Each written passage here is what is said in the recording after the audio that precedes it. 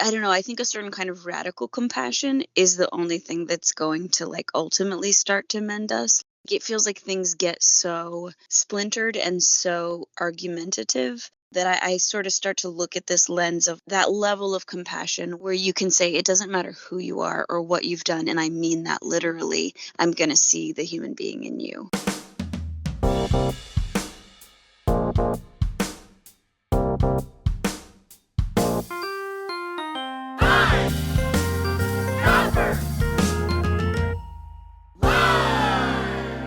Hello, print friends, and welcome to the 93rd episode of Pine Copper Lime, the internet's #1 printmaking podcast. I'm your host, Miranda Metcalf. I release weekly podcasts with people in the print world who are doing something a bit beyond the expected. So please subscribe on your podcast listening app of choice. You can also find Pine Copper Lime on Instagram, Facebook, and YouTube, and you can find all of this at pinecopperlime.com. We also have a Patreon page where supporters can join at tiers that start at just $1 a month, and that helps keep us bringing you printmaking content every week. You can also get thank yous like stickers, prints, and mugs, as well as access to bonus content, Shop Talk, with our editor, Timothy Pauschak. These are quick and dirty tips and tricks with our guests from materials, processes, business advice, and just general studio nonsense. So if that sounds like something you're interested in, but are on the fence about it, check out the link in the show notes and hear Tim's chat with today's guest for completely free, no sign up, no sign in required. Printmaking forever, shun the non-believers. This episode of Pine Copper Lime is brought to you by Speedball Art Products, who've been offering a diverse range of high-quality products to your practice since 1997. If you've been following them along on Instagram, and we really do recommend that you do, you've no doubt seen their newest initiative in the print world, Speedball's Print Posse. Working with artists like Florence Guedes, they have created a brand new line of custom printing inks and additives to push your practice even further. So head on over to Speedball's Print Posse shop at speedballart.com and find out where you can pick up a can of your new favorite color. There's a link in the show notes. My guest this week is Caledonia Curry, an interdisciplinary artist and printmaker based in New York, who you might know a little bit better by her other name, SWOON. I spoke to Callie a couple weeks ago while she was in the middle of preparing for her new exhibition, SWOON, Wholeness in Mind, which is open now and on exhibition through the 11th of July at the Turner Carroll Gallery in Santa Fe, New Mexico. In this episode, we talk about giving kids encouragement to their endeavors, how there is so much more to printmaking than editioning, using that detailed process to printmaking to free up your practice, community projects, and trauma healing through art making. So, without further ado, sit back, relax, and prepare to find radical compassion with Caledonia Curry. Hi, Callie. How's it going? Hi, Miranda. I'm great. How are you? I'm really good. I'm so pleased that we're finally getting to sit down and have a chat. Yeah, absolutely. Thanks for having me. Yeah. So just to get started, I always invite my guests to introduce themselves just briefly by answering the questions who you are, where you are, and how you describe what it is that you do. Okay. So it's just small questions, yeah. Yeah. So my name is Caledonia Curry, and I'm in Brooklyn right now. And I am an interdisciplinary artist. I've never actually used that term before, but I was like, shit, how do I say? My practice is pretty widespread. You know, it definitely has some big keystones, but I do a lot of different kinds of things. And so that can be a little tricky to describe sometimes. So how about we'll just call it interdisciplinary for now. Perfect. Well, we'll definitely get into the different branches of it for sure in this hour. So as I was doing some research for this episode, I noticed a lot of the time when people talk about your work, it seems to start in 1999 in the Bowery, you know, with these Weeze paste ups that sort of first drew the attention of the art world writ large. And, you know, a lot of the imagery in that and the aesthetic really sort of travels through to what you do today in a lot of ways. So you already at that young age had this really developed distinctive aesthetic. But I know that art practices tend not to kind of fall from on high, fully formed, right? So if you don't mind, I'd like to maybe go back a little further. And if you could tell a bit of the story of how you came to find that voice in that time between, you know, kind of childhood or even in childhood and then till coming to New York. Yeah, absolutely. So, you know, I, like many artists, I was an artist since I was a kid, but I did have a kind of a big defining moment or couple of moments where I got involved in art classes that just helped me like tremendously. They were like these phase change moments. And the first one was like with kind of a Bob Ross style, like retirees painting class. And everybody was 80 and I was 10, and it was like very adorable. And it was this sort of magical thing where they gave me this toolbox that I just like took off with. And it's like that moment for me is such a good lesson in what happens when you just like give confidence to a kid, like actually maybe more than was deserved at that moment, but then I made good on it, you know? And then I continued to study painting. I when I was 12, then I started to take classes with a person who was like a realist painter. And he actually still teaches in Florida. And what's wonderful is I was down in Florida working on a project, and one of the like incredible creative people who was back in town because of COVID and ended up helping on the project, they also studied with the same painting teacher when they were a kid. And I was like, oh, this is so cool. And so, yeah, he was just somebody that really taught kids how to see. And I have this like memory of drawing like from a photograph of like a driveway, and I just tried to draw it straight down like towards the eye, and he was like held up the pencil and was like, look, it doesn't look like what you think it looks like. And that was just like a world changer for me. I was like, what? Not only does it not look like what I think it looks like, but I can figure it out. I can sort of learn to see, which was like wild. I mean, you think Yeah. And then I was like, that was my identity, as I was this classical painter. And then I was like this, experimenter, but I was always very much a painter.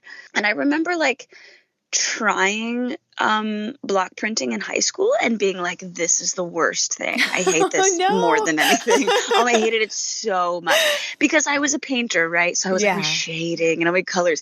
And then suddenly somebody's like, take this knife and like hack up this thing and you get 2 tries and 2 colors. And I was like, death to this thing. This is the worst thing.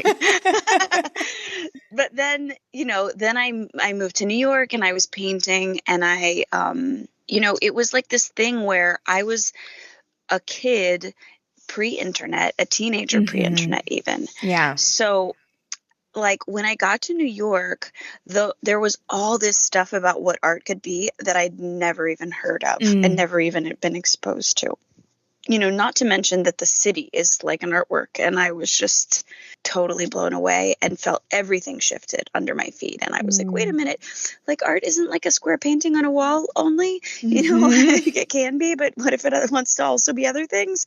It was very destabilizing. I can imagine. And then I got, really fixated on thinking about like, well, what are the other ways that it can show up? And like Richard Serra had this sculpture. Well, PS1 was like an amazing space, and people had all this kind of decentralized art where it would be like somebody would have like a dot that like followed through the building, and you'd be like, wait, this is an art piece? And Richard Serra had this like sculpture that was molten lead in the corner, and I just had never seen anything like that. I had never had that proposed to me, that this is what an artwork could be. And so it just did such a big shift, and I started to just say like, well, what would my artwork look like if I tried to like allow it to shift a little? But I was so rooted in portraiture. I had such a classical background that I would sort of return to this feeling of like, but I'm still me, which is this person who can look at a human face for infinity of time and who, has this training. And so I kept like kind of wrestling back and forth between being like, oh my God, I'm obsessed with graffiti. And then being like, well, I'm not going to pick up a spray can and like start tagging. I want to still be who I am. I'm not trying to become someone else. I just want to learn how to interact with this thing that I love so much.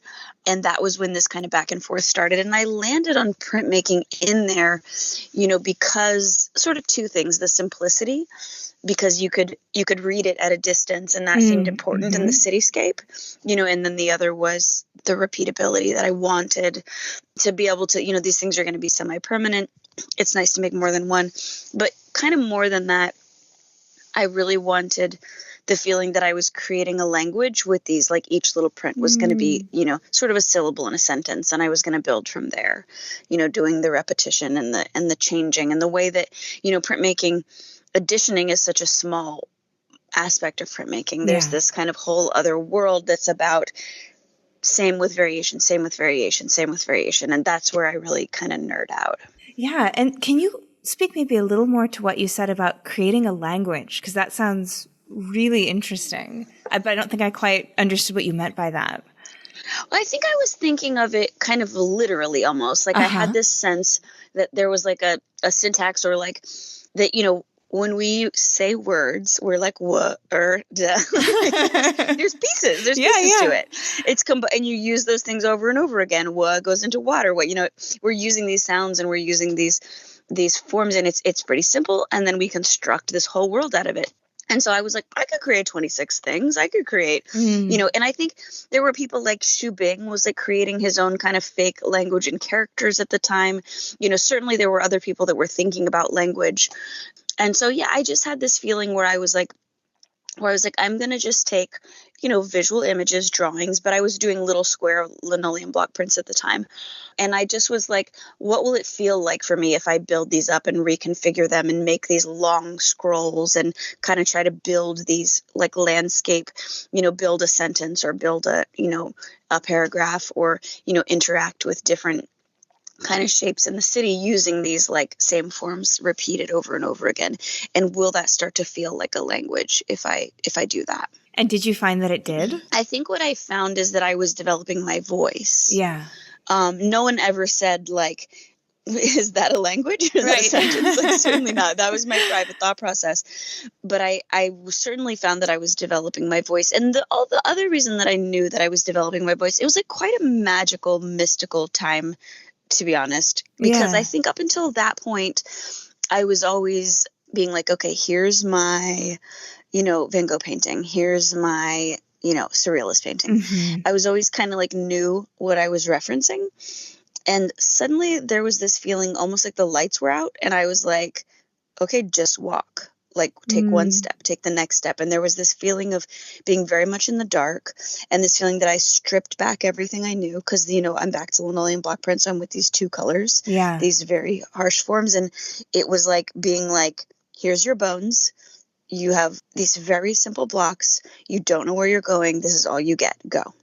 Wow. And it felt really magical. I was like, something is happening. I could feel it, and I think that's what it feels like, or that's what it felt like for me at the moment when you start to develop your own voice rather than, be just rooted in your learning. Mm-hmm. Yeah, I think I can identify with that feeling of realizing that like you've kind of walked off the edge of the cliff, but you didn't fall straight down. You get to be like, you kind of get to be Wile E. Coyote, where you're like, wait a minute, I'm not holding on to anything anymore. Yes. But everything hasn't come crashing down, Yes. Yeah. Like when the older kids like trick you into riding a bike. Yeah, exactly. They just stop holding on. They don't tell you. And you're like, what's happening? Right. Yeah. Yes. Oh, I'm doing this. Exactly. But with the creative process, and then, and then you realize that it's just you and you have to crash a few times. And then, I feel like it's a metaphor you could definitely keep going with. Yeah. Totally. Including that I knew that a lot of my work at the time was not good. And I continued to put it out because I was like, well, I don't see another way.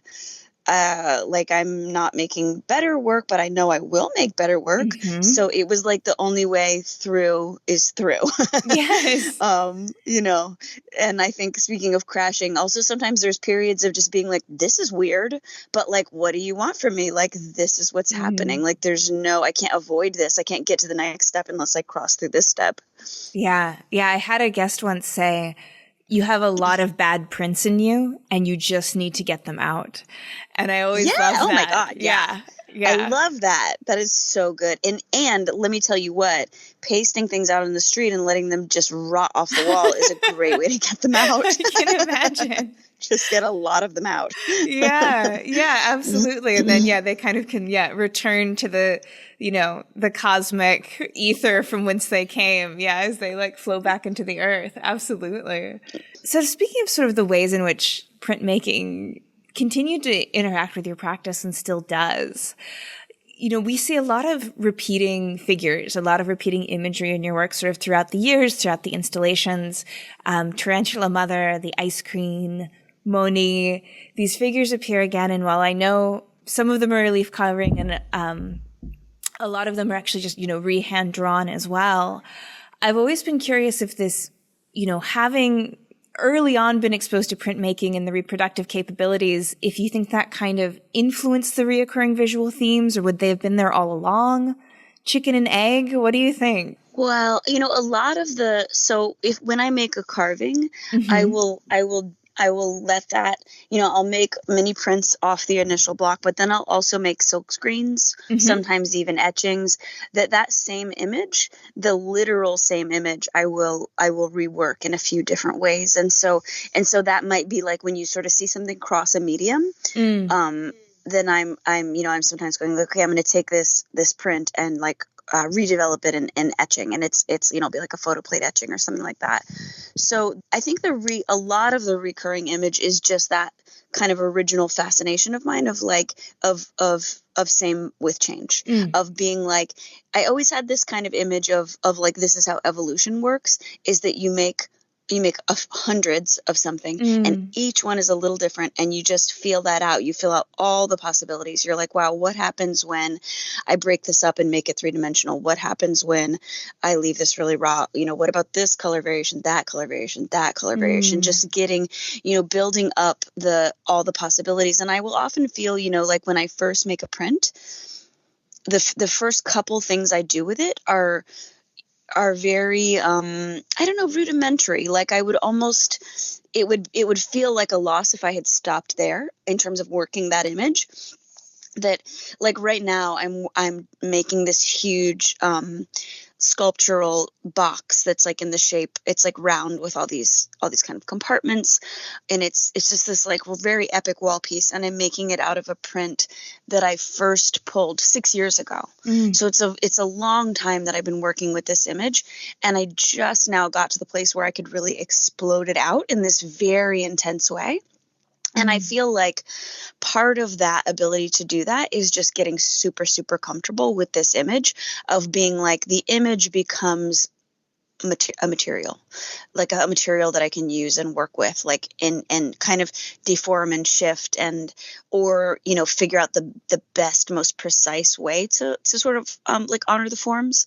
And so, yeah, I love to have a kind of a whole arc of a relationship with each one of the portraits. That's such a fascinating idea where you're touching on that idea of image as material, that you can get to know it as a player the way you would, if you were suddenly taking on ceramics or something. And that the same way that the media that we use will always kind of end up having its own voice in the finished outcome. When you spend time with that images, it sounds like the portraits get to have that effect as well, which is fascinating. Yes. That you're so comfortable with them that you're like, oh, I'm going to use it in this way. I'm going to rip it in half. I'm going to, all these different things that I think that you wouldn't do if you were just like, here's my painting. Here's my one precious, version of this, right? It's so much about exploration and variation and change. Yeah, that was something that I think that we chatted about before, was just this idea of with printmaking, you don't need to be precious. And so you can just dive deep and follow whatever rabbit hole that you have no faith in, like just to see if maybe there's a jewel at the end of it.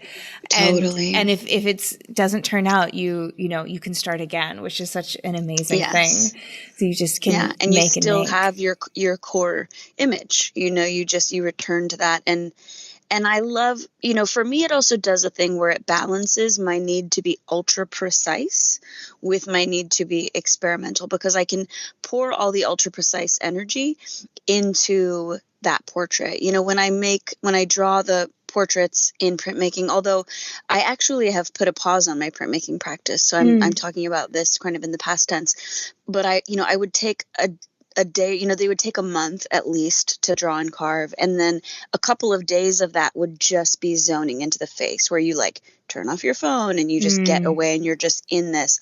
And so that kind of energy where you're like, no mistakes can happen. This is the place. That's also there, but that's what's locked in to the print. And then once you have that and it's kind of locked in, then you can start messing around. And I love that, because it allows me to show up as the kind of like wild perfectionist that I am, while also expressing an experimental, like kind of, readiness to kind of recreate and destroy the material as well. Yeah, yeah. I've never heard it talked about that way, but it's so true that you can kind of imbue an image with this sort of fiddliness,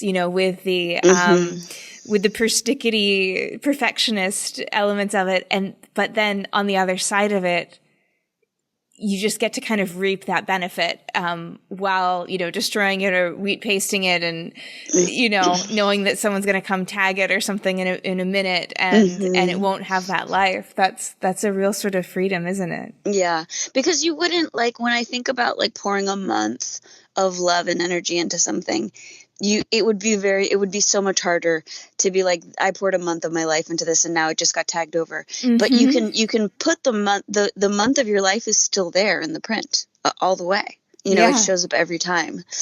To kind of like zoom out a little bit more and talk about your practice from a little bit more of a bird's eye view, I think that sometimes people think about your practice is having these two sides. There's like these large, sometimes, years long, still ongoing community-based projects. And then there was this other side that was sort of personal narratives, often around trauma healing.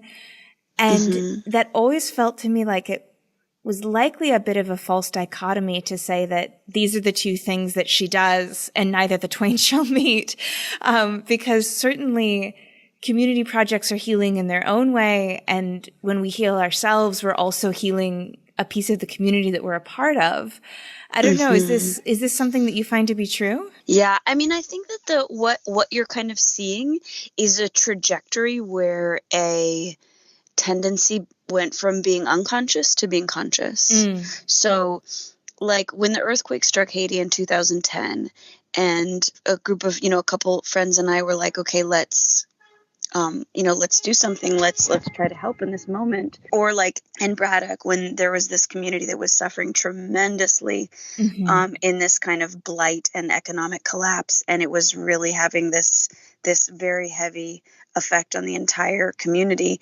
This desire to, try to bring life and bring change, and all of these kind of tendencies, I think we're kind of functioning from the same place, which is like kind of a need to heal and a belief that creativity brings healing, because I was somebody, but at the time, when I first started those projects, I wasn't really kind of connecting the dots that I had grown up in a family that was heavily addicted to heroin and other drugs. They were, having psychotic episodes at times, ending up in jail and rehab and all different, disappearing, and so many things were happening that like a little kid shouldn't have to be living through. And I was the kid that kind of colored through the whole thing. My dad was like, something insane would be happening in the house. There'd be some chaos or fighting or something really terrifying would be happening. And I'd have he'd say I'd have a moment of clarity and go to look for you and be like, where are the kids? And he's like, I would look and you would just have your face turned toward the corner and you'd be coloring as though nothing was happening. And I was like, oh, okay. Like I like just kind of made a safe bubble around my head and my imagination. And so I think when I was, starting the community-based work, I had an instinct from my upbringing that when things fall apart, that when there's a disaster, that when situations are untenable, that like, what do? Like, you get creative and you can, shift something. And so I did that work for years, but then my parents died kind of quite close to each other in pretty difficult ways, and it forced me to do a ton of like looking inward and healing. And when I did that, I was then started to deal with, the trauma of my upbringing, and I started to make those tendencies conscious and to be like, oh, this isn't. I didn't get this belief out of nowhere. Like, I got this belief that creativity is a healing force because I lived with it. And the other thing that happened is that I think I have a little bit of a healthier relationship to the projects that I take on. Like, when I was working in Haiti, I was giving all of my money. So I would fundraise, and then if we didn't fundraise the entire amount, I would just be like, that's fine.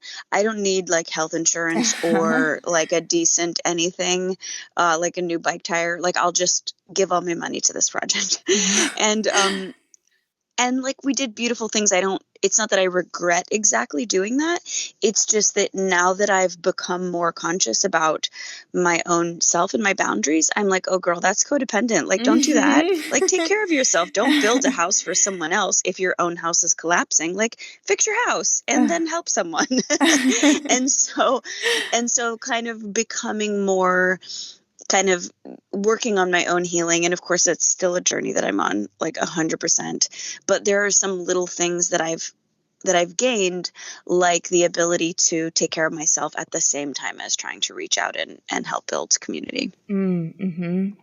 Yeah, definitely. And I think that's something that, we see so often, is this tendency to just say like, well, if I'm taking care of you, I don't need to think about me.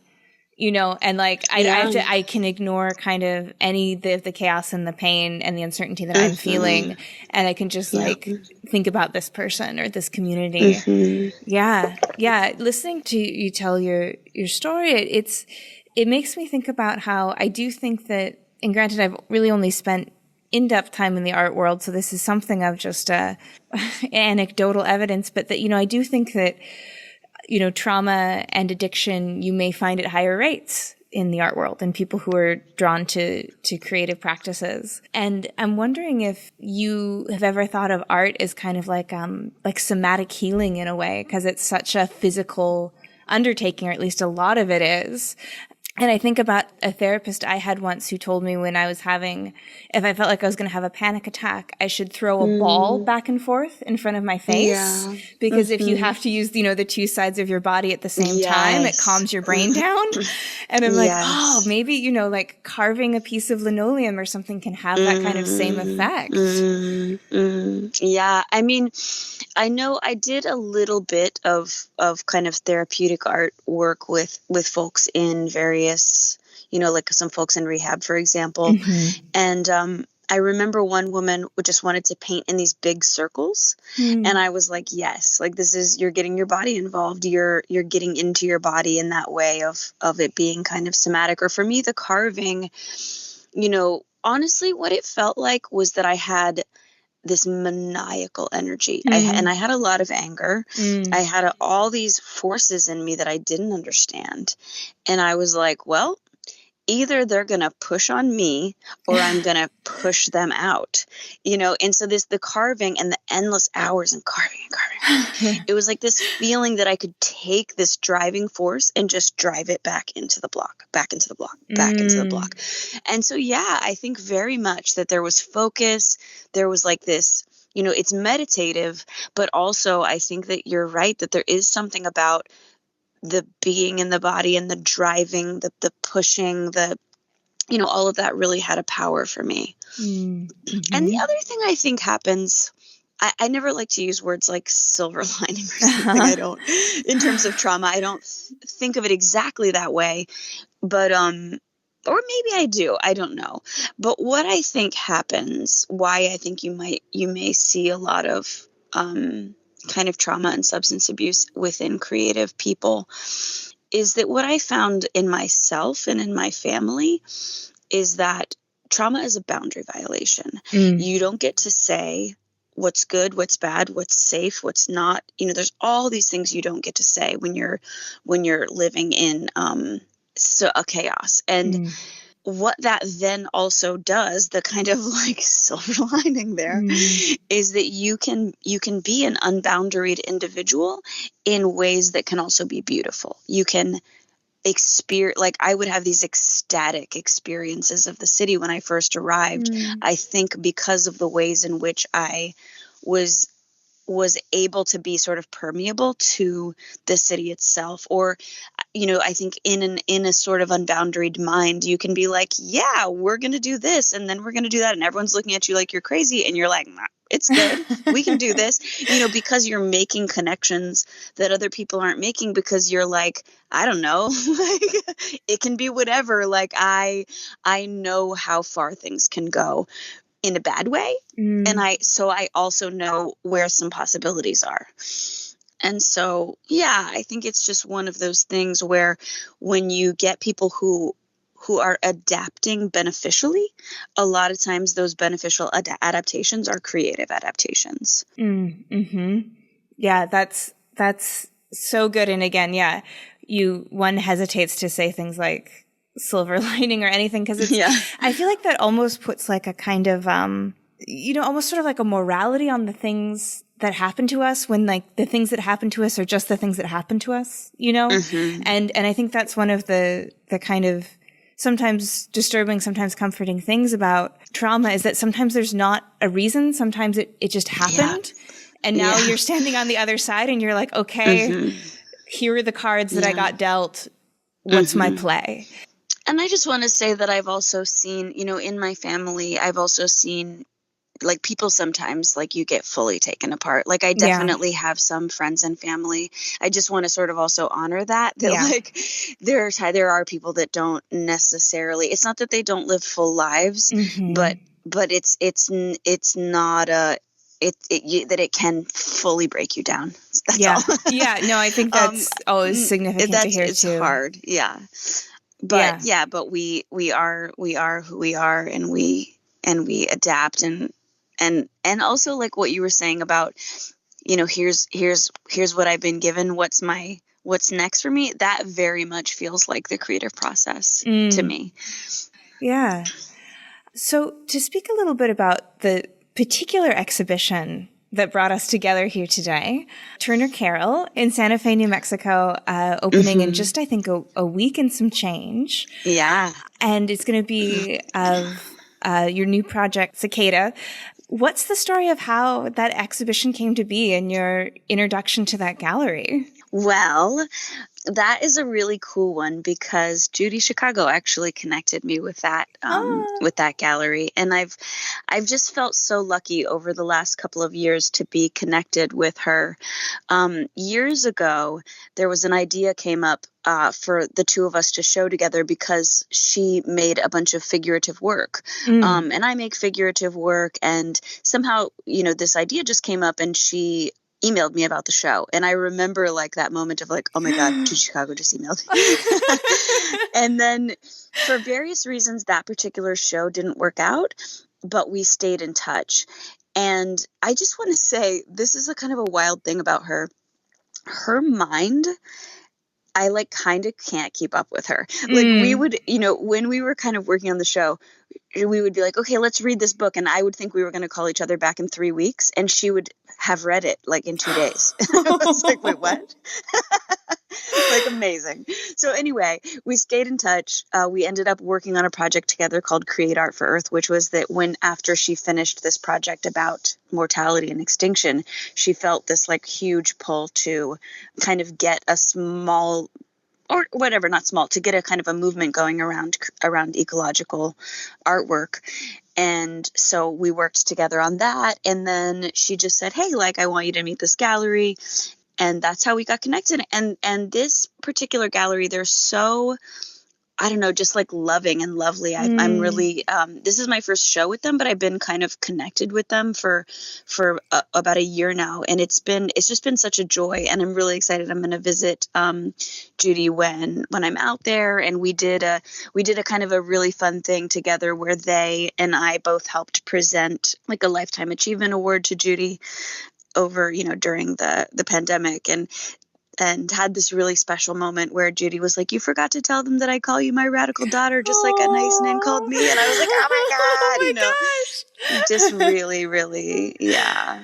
Oh, that's just a beautiful lineage and a beautiful story. I love that so much. And I'm so pleased to hear that you're enjoying working with them, because Jeffrey, who's the one who first introduced us, my life is just profoundly better from knowing him. Like he was just a beautiful mentor and friend to me when I was just a little wobbly legged Bambi person in the art world in Seattle years ago. And so it feels really special that we get to all come together and that you're working with him great. Because he's he'll do absolutely right by all the artists he works with. It's so amazing. Wonderful to see. Yeah, that's absolutely the sense that I'm getting from them. Right now we're working on bringing out this huge truck that I made as part of a project with PBS this winter. And if all goes well, we're actually this show's gonna have quite a few elements. So there's gonna be the kind of Hungworks show, and then there's the film Cicada, and then we may also bring the house our families built, which is this big box truck that unfolds into kind of a house-like sculpture full of portraiture and storytelling. Is that the PBS truck, or is the house? Okay, gotcha. Yeah. So I was really curious, because we mentioned that in passing when we spoke before about this truck and, the kind of the power of storytelling. And I think, it might be obvious to our dear listeners that someone who chooses to dedicate themselves to making a podcast might be someone who's pretty keen on the power of storytelling. But it's something that I've always loved. And so can you I know it may or may not end up in the show, but I'm really curious to hear what kind of form that actually takes in this project. Well, with this project, it's actually a storytelling initiative that was launched by PBS, really out of the kind of incredible division that we've been experiencing or noticing, maybe to say, over the last 4 years. And so they wanted to do something to just get people talking to each other and to get people sharing just like elemental truths about who we are in our lives.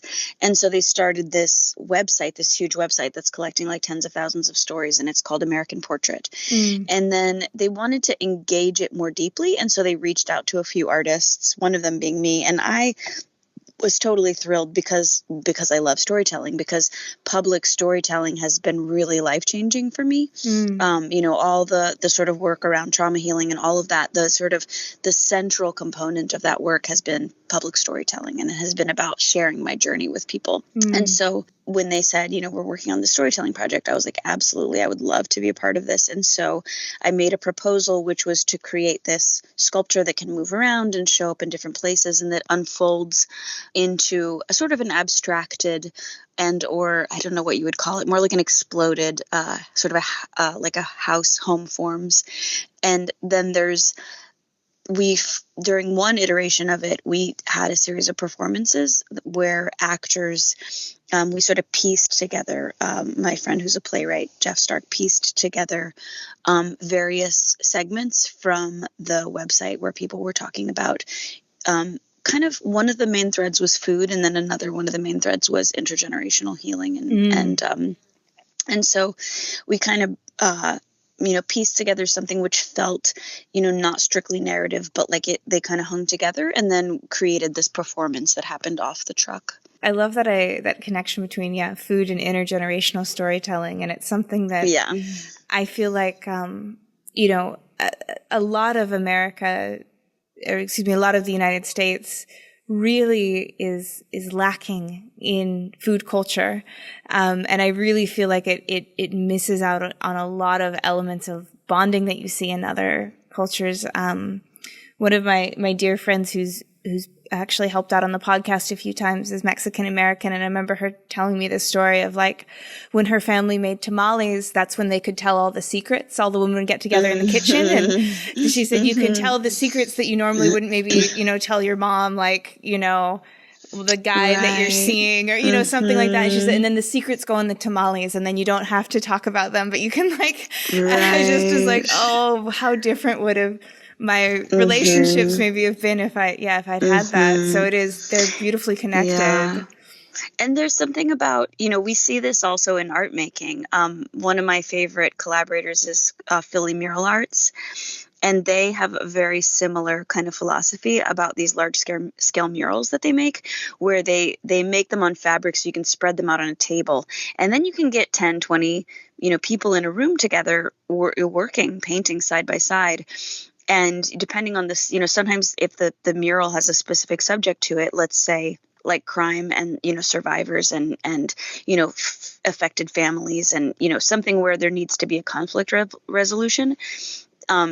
They said if you get people just painting side by side, even people who think that they hate each other at first, something about the act of doing this third thing, it kind of takes your attention away, you're involved in something else, and then these other conversations start to be able to emerge because you're focused not on each other, but on the thing you're creating together. And you have time and you have this kind of this intimacy that's created, and then all these really profound conversations, or the telling of the secrets or whatever kind of comes out of that. Yeah, and it's just such important work right now because the divisions that, as you said, were either have sort of coming to the surface, maybe is a good way of putting them. They're really scary and really powerful. And I think it comes from separation and separation of the media we consume, separation of the way we interact socially. And it doesn't really actually usually take that long when you just put two people together working towards something for that animosity to kind of start to splinter a little bit, I think, because there's, there are extreme cases of people who have, very genuine issues with other people, but average human can sit across from someone at a table and see the other person as just another human. And, we've only gotten more isolated, I think, unfortunately, during the pandemic too. Yeah. And I think like I think a certain kind of radical compassion is the only thing that's going to like ultimately start to mend us. Like it feels like things get so splintered and so argumentative that it gets, that I sort of start to look at this lens of like that level of compassion where you can say it doesn't matter who you are or what you've done. And I mean that literally. I'm going to see the human being in you. And that's something that I try to keep sight of. It's certainly not easy at all, but I think if there's one thread that I try to keep consistent in my work, it's this like attempt to look at that part of people. It feels like this kind of little light in the center that if you're like, just keep your eye on that. And, in that, I guess, is their basic humanity, where you can say like, I literally don't care what you've done in your life. I am just going to stare straight into your humanity and focus on that and hope that by focusing on that is what amplifies between us. Yeah, that's really beautiful. And it's one of the phrases that I use that I think I picked up in hippie high school days from the Dalai Lama, but it still slaps. That guy, sure, totally. I am a human being who wants to be free of suffering, and you are a human being who wants to be free of suffing. Yes. And it's exactly. Like, this is true, Yeah. I feel like this is a real nice sort of transition to talk about some of the portraits in your work, talking about seeing that kind of radical humanity. Because you have these, you have installations, you've got this like folding out truck, and then you also have this series of just beautiful, intimate, pretty just classically traditional portraits of your close friends.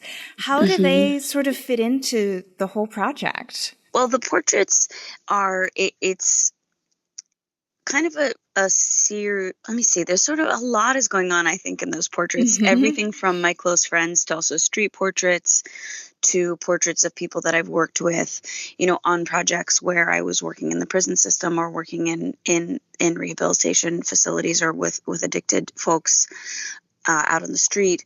So there's a lot of different ways that people are showing up in these portraits.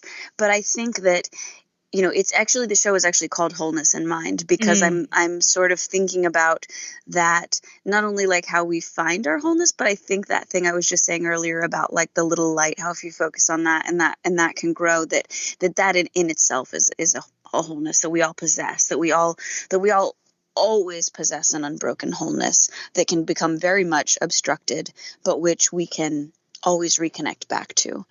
And so I think that the sort of act of looking at people for me is always just kind of a loving act, that I just find people infinitely, I don't know. I can look at them forever. I don't even know what. But yeah, so that's, I think, the core of all of this work is the portraits, and is looking at other humans and kind of hoping that a certain kind of loving looking is the thing that can amplify. Have you ever read John Berger's essays on, I think the book is called The Shape of a Pocket? No. He has these two beautiful essays that just absolutely, I read them every year. And one is about Van Gogh, and the other is about, I'm forgetting the name of the painter now, but these paintings that he made in the asylums of Paris. And the essays are so beautiful, and they just kind of talk about what it means to give a certain kind of attention to something. And so, yeah, I think that that's like how I think about portraits, is I guess I think that like consciousness is kind of magic, right? Where we direct our consciousness, like it really is. Like we understand so little about it. It's like very magical. Yeah. And where we direct our consciousness has a power. Yep. And I think like the older I get, the longer I live, the more that I believe that, like, I think when I was younger, I used to be like, maybe you can imbue intention into form. And now I'm like, yeah, no, I think you can. Like, I think you can. I think that a sort of a dedicated looking and like a loving exploration of another human can truly be captured and show up on a piece of paper. It's that old artworks have an aura about them that is that kind of comes from that focused attention that, as you say, the artist imbues into it. And I read the work and I, it just sort of felt right. And then I had this experience where I was doing my master's degree. I was studying prints. I was absolutely in love with everything Albrechter had touched. And I was really excited to go see the watercolor of the young hare that I knew the Albertina had, when I was in Vienna. And I was kind of had planned my whole trip around going to see it. I just loved the piece.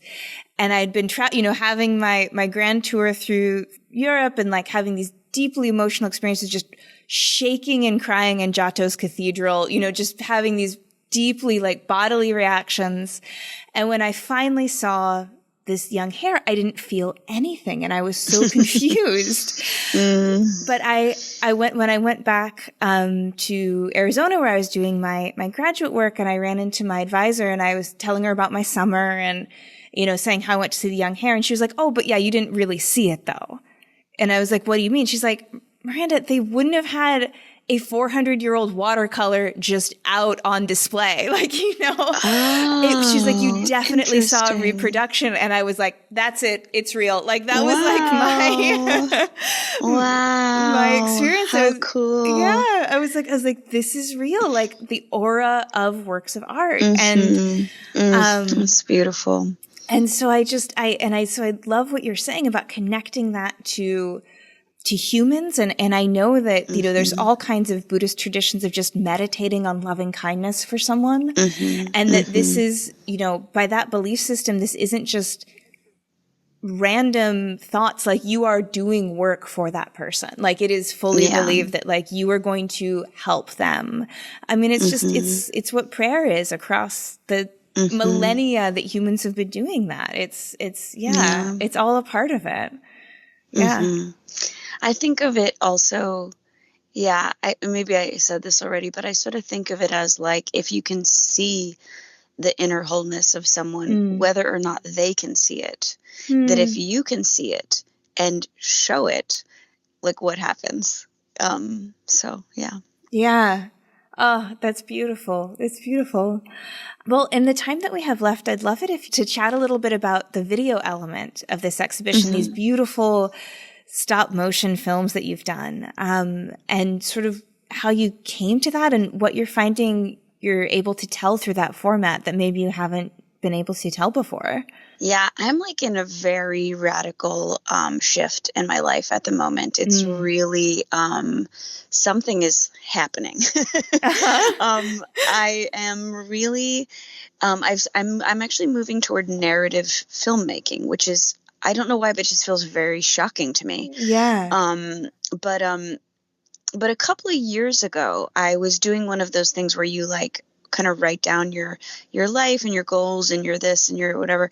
And I came up with like how much I really wanted to make animation, and that I wasn't doing it, and I kept not doing it. And it was the first time that I realized, I was like, oh, I'm going to have to stop doing something else if I'm ever going to make space for this dream that I keep having and I keep putting aside. And so that's why I was saying I actually stopped making prints. So the whole series, I'm still kind of creating a few last permutations of those, but the whole kind of body of prints that went out on the streets has ended, and now I have shifted to making time-based work and to making film. And so the first thing I did was spend a couple of summers just secluding myself and just teaching myself this medium. And I fell in love with it immediately. It's one of those things that I wanted to do it when I was 20, but I didn't. That was, then 20 years later, I picked it back up, and it was kind of astonishing how much I had needed to learn from, in those 20 years, and how much I had learned about building stories visually, and, even just building sculptures and objects, and having confidence in your creative experimental voice, and all these different things. And also how to continue to link things together even when they feel disparate. Like all of those lessons kind of needed to accrue. And then I think I also just needed to get deeper into my unconscious in a conscious way, which is the thing, we talked about therapy and working through trauma and making a conscious connection to your unconscious so that you can start to have this conversation unfold within the work. And you can start to kind of steer it, a little like lucid dreaming or something. And so that's like what Cicada is. It's a little bit of a lucid dream in paper and in stop motion animation. And it centers around transformation, and the tarantula mother, like you mentioned before, comes up and is a very prominent figure, and is, about fear, and is about confronting the unconscious. And there's, quite a few sort of metaphors about, the descent of Persephone and cicadas going underground, and the, sort of trip, journey into the kind of barrenness of parts of the unconscious that we have cut ourselves off from. And then also just like a lot of play, because it's like a very playful medium. Yeah. I think that it's, been described by, other writers and reviewers as having a kind of lightness about it, that kind of a trip to the moon, that like silent film kind of feel. Oh, I love that era. I really love that era. Just the invention of cinema. I mean, it was magic. And like Georges Méliès was he was a stage magician, the person who made a trip to the moon. So there's this beautiful lightness and fun and inventiveness and very outward reaching, when you're a stage musician and you're trying to reach an audience. And I absolutely love that era, and very much have kind of tapped into that era for this work. Yeah. I mean, I think one of the things that people don't realize about silent films is that they're so good. Like they're so good, and they're so funny, and they're so like the actors are so talented. The way they use their faces, and it's just, it's incredible. And it's just such a beautiful and kind of exciting time. And then also, there's all kinds of risque things in it, because this is, films being censored had to be invented, Yes. So I feel like we're coming up on the hour recording mark here. So yeah, I think I just want to thank you for taking the time to chat with me. It's been just wonderful, and to thank you for all the good work that you do. I'm so pleased that you're out in the world doing what you do. I know we're all better for it. Oh, amazing. Well, it's been super fun, and I've really appreciated just the different kinds of, conversation that you've been able to open up. So thank you so much. Yeah, thank you. Well, that's our show for this week. But if you're looking for a bit more inky conversation to be had, be sure to check out the Patreon page and hear extra studio and professional advice from Callie in this week's free episode of Shop Talk with our editor, Timothy Pauschak. Join me again next week when my guest will be Alexander Landerman. We'll talk about growing up rurally, the art of fixing things, and the importance of having a mentor. You won't want to miss it.